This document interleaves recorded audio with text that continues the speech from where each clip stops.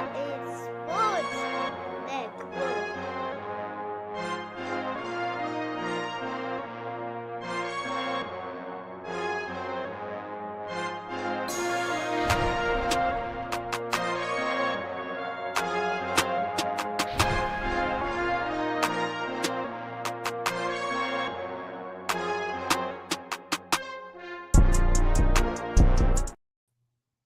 Hello and welcome, everyone. Come on in. We got some Buffalo Bills draft talk tonight. I am Lawrence Foster with Come On In Sports Network and Buffalo Bills Come On In Bills Talk. The 2025 NFL Draft wrapped up this weekend. Bills had a lot of action, as they like to do, but we got lots of things to talk about. Obviously, the big one was Harrison in the first round. Bills went heavy defense, which they obviously needed. But Brandon Bean thought a little bit different on that, and we'll talk about that later. But we'll start off with the draft. Maxwell Hairston was the Bills' first-round pick. If you don't know a little bit about him, it's up on the screen for you there. A little bit of a down year in terms of stat-wise last year for Hairston, the University of Kentucky product. 19 tackles, interception, 4 passes defensed. He is a speedster, which is something the Bills haven't had in a long time at the cornerback position. He is somebody that should 100% compete for a starting spot opposite of Christian Benford. Trey White isn't what he used to be. I love Trey, one of my favorite Bills of all time, but him coming back just raised the floor of the position, which is something the Bills needed to do when all they did was had Dane Jackson at the time. So he raised the floor. But Maxwell Hairston is the future at the position. We need to talk about athleticism. Despite his size, he jumps off the page at you. And the Bills have struggled picking defensive players over the last few years. And I'm glad that finally this year kind of just went for kind of like monsters. They went for defensive players who are at the upper echelon of their position in terms of athleticism and trying something new doing that instead of trying, we're going to draft this guy and change him, develop him. I'd rather go for that big swing on a boom player that has that type of potential as opposed to going a safe route like a high floor but low ceiling guy. So Hairston, no pun intended, fits the bill in that position. And he's somebody that, like personality-wise, for anybody who watched the draft, when all the players are drafted in the first round, Hairston was that guy in the blue jersey dapping him up, smiling like he had just been drafted. That personality is infectious. He's going to be a perfect fit in the Bills locker room. He offers speed. He has really good ball instincts. And then the knock on him is obviously his size and his tackling ability. But Brandon Bean, post-draft and press conferences talking about Harrison, said he's a willing tackler. And that's all you can really ask is, like, Deion Sanders wasn't the best tackler, right? But if he's willing, at least they'll put in the work to get him to where he needs to be tackle-wise. He's somebody who has man ability, which I don't know about any other Bills fan. I was tired last year of watching Rasul Douglas chase people around and not be able to do much. So Harrison has that ability to be more like strong in the man coverage that the Bills haven't really had. And then depth too, right? So even if he doesn't start right away and they go with the veteran Trey, Harrison's going to see time on the field with significant snaps when they get outside of their base defense, going to dime or anything like that. So really solid pick. I like this pick. They didn't move up. They have to get him. Harrison was mocked to the Bills a lot. So it's not like a surprising pick for anybody who did anything in the draft prep-wise, or like if you read mock drafts or read anything leading up to the draft. He was a name often connected. Some people wanted him to move up to get a D tackle or D end. I'm glad Bean stayed put here on this one. He made his big move in the second round. But Harrison was a great start for the Bills, and I think should be a day one starter. Get him in there, get him his lumps, get him learned, and roll from there. With Benford, the high price, now we got a cost-controlled rookie for 4 to 5 years. That pairs perfectly with Benford and his big extension. So great way to kick off the Bills draft in round one, drafting Maxwell Hairston. And then after the break, they had 2 picks heading into the day 2, which is at rounds 2 and 3 of the draft. They still end up with 2 picks over those 2 rounds, but not the ones they originally had because they made the move for TJ Sanders. They traded away both second-round picks, picked up a third and a 7th in this trade. They drafted the South Carolina defensive tackle, 50 tackles last year, 7 for loss, 4 sacks. He obviously has some juice in the pass rush game. And again, it's something I'm glad the Bills did. They went for people who can get after the passer. And Sanders, I wasn't happy with this pick at first because I kind of viewed him as undersized, maybe not as strong against the run. And the Bills were just gashed at times last year on the ground. And with teams like Baltimore who are going to continue to run, I wanted to help shore that up. But in the days after this pick, reading about him, watching highlights of him, Sanders is an okay run defender. He has flashes of being a real good run defender, and he's not going to be asked to be the savior of a defense, right? We already got Ed Oliver. Daquan might be the odd man out, but defensive tackle is deep and strong, but he'll 100% have a presence on pass rushing downs. I envision like him and Ed Oliver at the tackles on passing downs and just wreaking havoc. But Bing gave up a lot. They gave up both second rounds. They did get a third, which was at the top of the third round, and picked up a 7th with it. But they did make his traditional big move up to get him. And again, his athleticism just jumps out at you. And that's what the Bills kind of seemed to go with on defense this year was let's get freaks of nature. Let's get people who can get after it. And I'm okay with that. I'm okay going for the big swing because they are, if these two, like if a couple of these swings actually hit, like that's going to be what puts the Bills over the hump. So TJ Sanders, this Bills' lone second-round pick, again, a position that we're desperately needed. And the interesting thing is they spent so much in free agency, but it's easy to forget two of their big defensive line signings, Ogunjobi and Hote, are both suspended the first 6 games of the year. So the Bills, even though that's kind of a downfall of like, man, we wish we had these guys for the first 6 games of the year, it could be a blessing in disguise because now the Bills have 6 games to see how everyone else is doing. Is Sanders up to the task? Is Dwayne Carter going to take a step forward in year 2? Remember, he's a 3rd-round pick from last year. He's kind of the forgotten man right now. It's not like he was a 7th round, barely made the roster guy. Before he got hurt, he was playing pretty decently, filling in for Ed when he got hurt. So that first 6 games of the year, the suspensions kind of suck when the Bills signed those 2. But after what they did in the draft, I think it's okay because we'll let these young guys, will kind of force them out there. And hey, if they're holding their own, maybe they get rid of Ogunjobi. Maybe they get rid of Daquan, right? And let the young guys roll.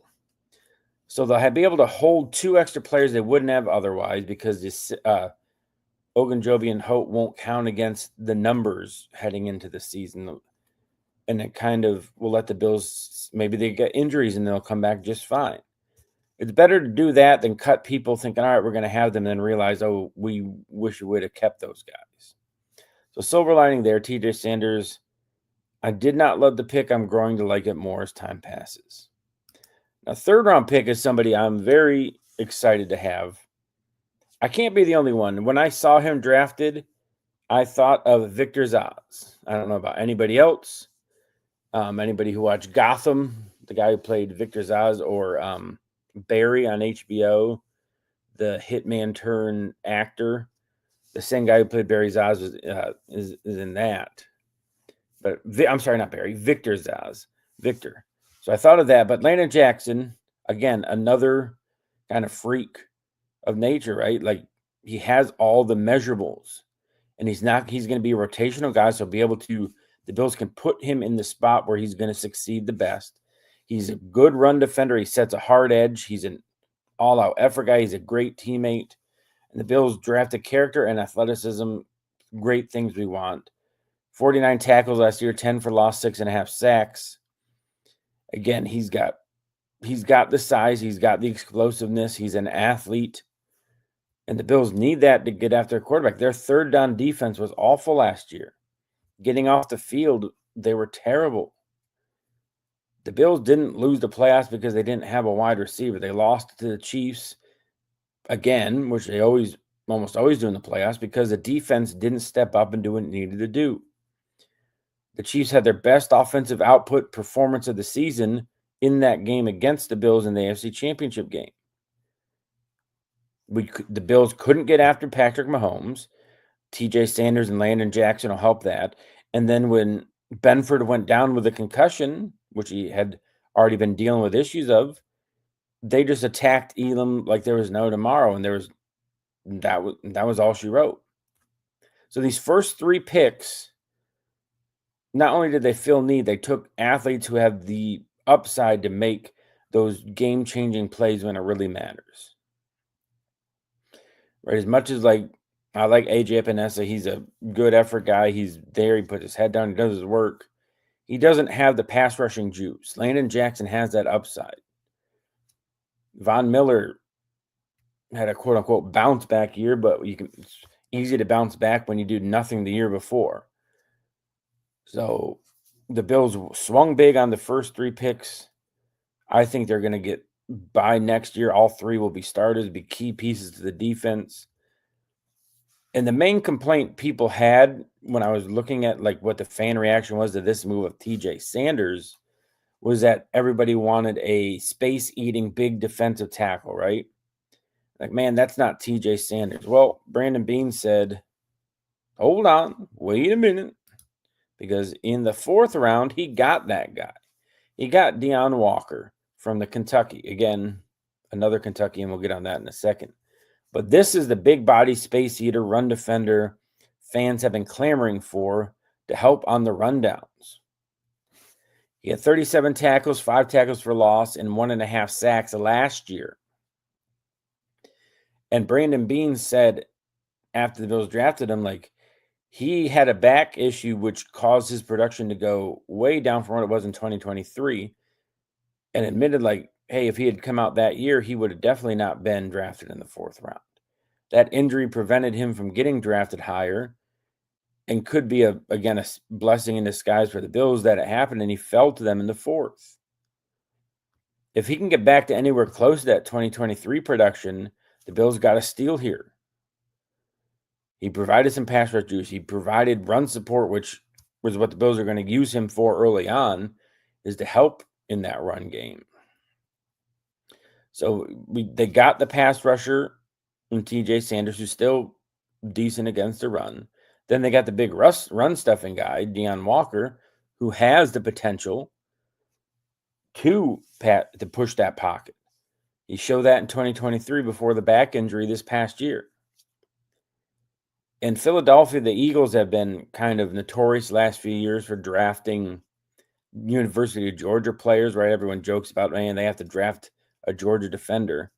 Well, the Bills now kind of seem like a Kentucky pipeline. Kentucky's their pipeline. Ray Davis, or Stevie Johnson back in the day, right, out of Kentucky. One of the most well-loved Bills in the last 2 decades, Stevie. Ray Davis, Maxwell Harrison, and now Deion Walker.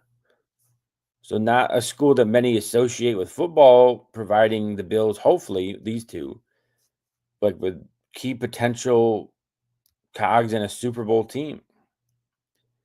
But it's really hard to fault what the Bills did here in the first 4 rounds. They knew what they had to get. Beans admitted as such the last few days on the media rounds. The offense didn't lose it in the playoffs. The defense did. And the first few rounds of the draft, the first 5 picks, showed that Beane and the front office and everyone involved agreed with that sentiment and went about trying to do it. Just look what happened in the offseason. If you ignore the draft first, free agency was pretty much, aside from signing Josh Palmer, all defense.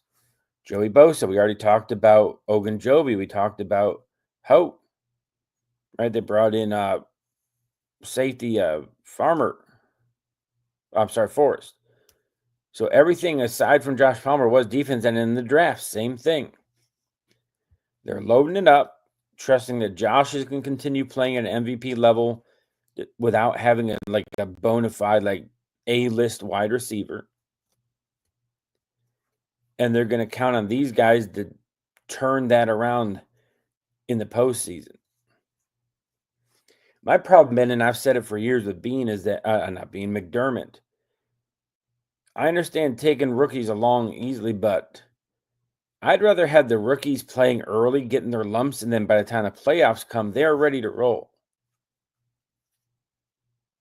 Everyone loves Hamlin and for what he did recovering from essentially dying on the field, but I can't believe that he was better than Cole Bishop. Bishop's ceiling is significantly higher than DeMar Hamlin's. It's like sometimes McDermott seems to be afraid of putting in the young defender and letting the veterans play a little bit more than they should and ends up costing them at points.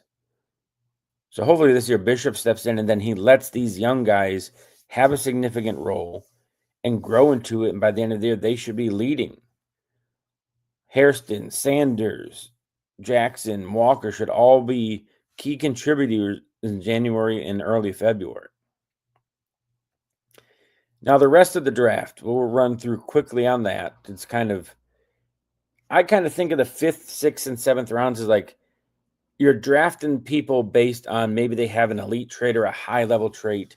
There's going to be obviously flaws. You're not drafting these guys expecting, right, we're going to be a first-team All-Pro year one. But who they drafted and what the things that they can do well, I think fit in really well with what the Bills want to do. Jordan Hancock, I think, to me, was kind of like a Cam Lewis watch out type of draft pick. Right? He seemed, when he played at Ohio State, he was kind of like a Swiss Army knife. He could play all over. He played some nickel. He played corner. He can dabble in safety. And that's kind of what Cam Lewis is for the Bills right now. He's played safety. He's played nickel when Terrence had to sit out.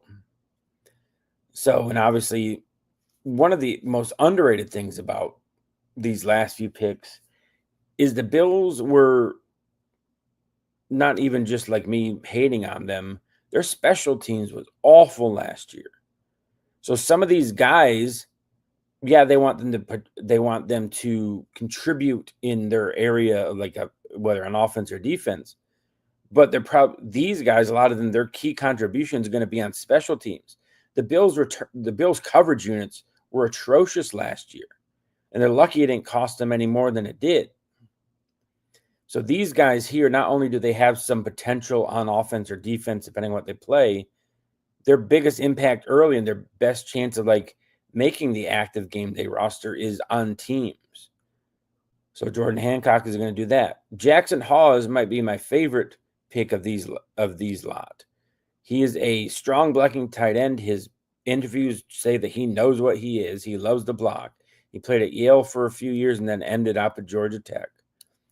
And what I think about when I think of Jackson Hawes is the Bills, when they brought in the 6th offensive tackle, now you have Jackson Hawes. They can either keep Knox and Hawes out there, and Hawes can act as that extra offensive tackle, or the Bills can go with the extra offensive tackle with Hawes, who's going to, I think, a stronger blocker than Knox, and the run game becomes even stronger. My thought is this adds a wrinkle more in terms of Jackson Hawes can act as that tackle eligible that they did a lot last year with Anderson. But he provides more of a wrinkle and something the defense has to think about because he's a tight end that has receiving skills. Yes, the offensive tackle could sneak out and do that, but that's not what the defensive coordinator defense was thinking about. When it's a tight end that's coming in as that blocking guy, they're gonna have to keep an eye on him. Right? Is he leaking out? Is he feigning a block for 2 to 3 seconds? Is going 5 yards downfield? So I love the potential of what that could add to the Bills in terms of another chess piece for Brady. And a lot of people, the 6th-round pick of the Bills, the Dorian Strong from Virginia Tech, a lot of people love that. I just watched today Todd McShay going over the Bills draft, and he was talking about this being one of his favorite fits. Strong fits what the Bills want to do. He actually had pretty good press coverage stats too last year. He had 212 snaps in press coverage and had a 2.1 QBR against him on press coverage. But he's strongest in a zone, and we all know that that's what the Bills like to do. So in the 6th round, that's a real great spot there. They took a swing at an offensive tackle. They probably hope to stash him on the practice squad. He's big, just like Spencer Brown, 6'7", 300 pounds. He started 48 games at right tackle. He had a 0.5% pressure rate in 2024. So he's a strong pass protector. Obviously, at UConn, he's not playing like SEC competition. But again, in the 6th round, you're drafting people with a trait. This is a 6'7", 300-pound man who can move, and there's not many of them roaming the earth. So the Bills saw it, took a chance on him. He could develop maybe to be the swing tackle in a year or two. Who knows? And then in the 7th round, Caden Prather, 6'3", 204, not much of a career. He had 162 career catches. Again, special teams is going to be his way to find the field, way to find the active game day roster, if possible. But overall, I really like the Bills draft. Seems like a lot of people who are great at, which is kind of silly to do, because really we all know like it takes about 3 years to really know how a draft class turned out. But everybody graded anyway. The Bills are pretty well graded in the draft. The defense has all the pieces it could possibly need. And that, to me, is a discussion for another show, but the pressure really needs to be on Sean McDermott this year. He's a defensive guy. His defenses have played pretty well in the regular season, but they collapse when the Bills need him to show up the most. When it's playoff time, when they need to get a stop, when they need to get Mahomes off the field, they just cannot do it. I read this week that in the Eagles Super Bowl win over the Chiefs, they stopped Mahomes in that game more than the Bills have in all their playoff matchups combined. So it can be done.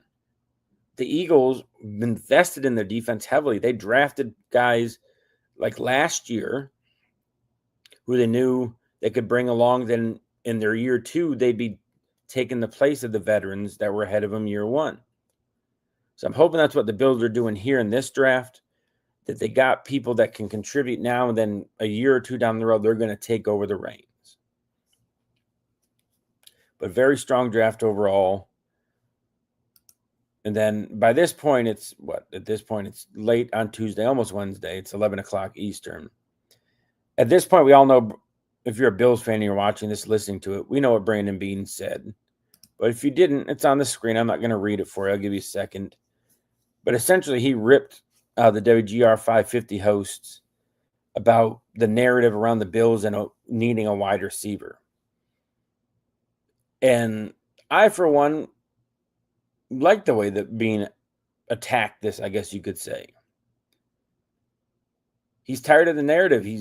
The Bills were one of the best offenses in the league last year. They scored franchise record points and touchdowns. They had 30 points, averaged 30 points a game. They scored the most points in the league when you combine playoffs and regular season. And Beane is like, hey, I understood last year you guys questioning, like, we got rid of Gabe Davis, they got rid of Stephon Diggs. He understood it last year. But again, this year, after they showed that, hey, Mac Hollins came in and did something, Shakir broke out last year. Samuel at the end of last year started to show what he could be finally. He seemed like a real waste of a free agency resources. But the last 4 or 5 games last year, he seemed to finally get over his turf toe. So Beane's like, hey, this isn't fantasy football. This isn't Madden where you can force trade and have an all-star team top to bottom. The Bills have a really good offensive line. They've invested in it. It's the best offensive line they had under Josh Allen. And they have, I think, the best running back group top to bottom in the NFL. There's not a team in the league, I would say, that has a third running back the level or caliber of Ty Johnson. Ray Davis didn't play as much last year, but the game where Cook couldn't play against the Jets, what did he do? Nearly 150 total yards of offense in his one game he was featured. And then we all know what Cook did. He's still on the team. Contract was something, well, the Bills will deal with later, but he's on the team. So I get Brandon Beane getting frustrated with, like, he addressed, everyone knew the Bills needed defense, and then he addressed it in a heavy, strong way in free agency and the draft. And all anyone wanted to talk about was, man, they didn't draft a wide receiver. Would I love to see them get another one? Absolutely. I would love to see Elijah Moore sign with the Bills. He offers something they don't have, and he's only 25. But saying the draft was not successful or saying the Bills haven't improved just because they didn't get a wide receiver, it's false. I would argue Josh Palmer is an upgrade as a receiver from Matt Collins. And then Amari Cooper, yeah, the Bills don't have him anymore, but how much of an impact did he have last year? His snap percentage was really low. And he's still on the mark. The Bills could bring him back. So if the Bills go and they get Elijah Moore, maybe they call Green Bay, who has just a plethora of receivers from drafting in the second, third, and then this year, for the first time in 20 years, a first rounder. Call about Romeo Doubs. Call about Christian Watson. But if they don't do anything else, I think they're going to be perfectly fine at wide receiver this year. Shakir, we all know what he is now. He showed, like, every year before last year, whenever he was given the opportunity, he showed out. This past year, he kind of became the featured guy, and he showed out in a big way. Keon Coleman, pre-injury, was looking like he was going to be all they thought he was. Now, even being admitted after the injury, he was disappointed in what happened. But Coleman seems to have the personality, the drive to make sure that type of stuff doesn't happen. He's going to use that as fuel coming into the year. But if he gets cleared of the injury and he's back to what he was and he bulks up a little bit, Coleman showed, like, look at the Seattle game last year. He showed what he is. And I think the Bills expect more of that in year two. Josh Palmer, is a really good man beater. Something the Bills really struggled with last year. The Bills went out and addressed a position, a need on the roster, which is man beater. He didn't put up gaudy numbers, but again, he's a young guy. They got him relatively on the cheap.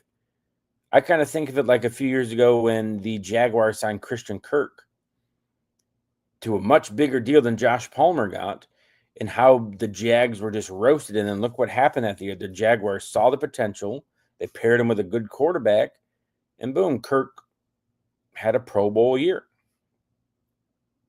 I think Palmer has that potential, and he's going to replace Matt Collins in the sense of being a run blocker. He is a very active and engaged run blocker, which is essential in what the Bills do. I kind of think that's why Cooper didn't play as much as he should have last year, because he was lacking in that area, whereas Hollins got after it big time as a run blocker.